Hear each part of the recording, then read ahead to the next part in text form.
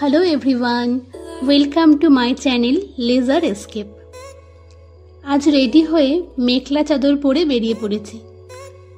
প্রায় 5 বছর ধরে আসামে থাকতে থাকতে শাড়ির পাশাপাশি মেখলা চাদরটাও পছন্দের পোশাকের তালিকায় জায়গা করে নিয়েছে।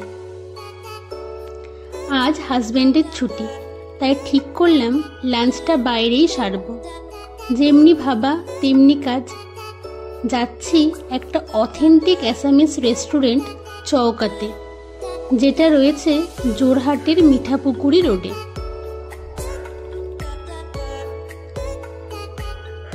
চলুন যাওয়া যাক রেস্টুরেন্টের ভেতরে।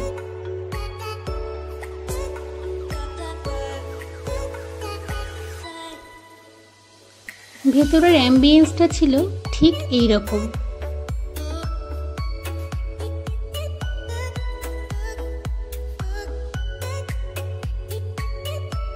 যাওয়ার সাথে সাথেই যথারীতি মেনু কার্ড ধরিয়ে দিয়েছে।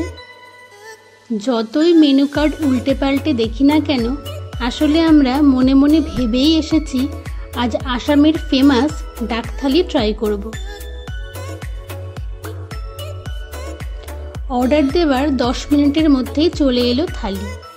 থালিতে ছিল লাল শাক ভাজা, ব্ল্যাক ডাল, ইয়েলো ডাল, আলু ভাজা, আলু বেগুন পিটিকা, ভেজ চপ, স্কোয়াশের তরকারি, পাঁপড় ভাজা ও ব্ল্যাক রাইস কার্ড, এবং অবশ্যই ডাক কারি উইথ অ্যাশ গর্ড।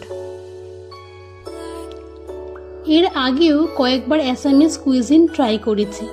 এই খাটটা কমন পেয়েছি। মনে হয় এটাই আসামের একটি স্পেশাল ডিশ। ব্ল্যাক রাইস আর দুধের সমন্বয়ে তৈরি একটি পায়েস, বেশ লাগে খেতে। খাবারগুলো একটু ভিন্ন স্বাদের ঠিকই, কিন্তু বেশ ভালো লাগে।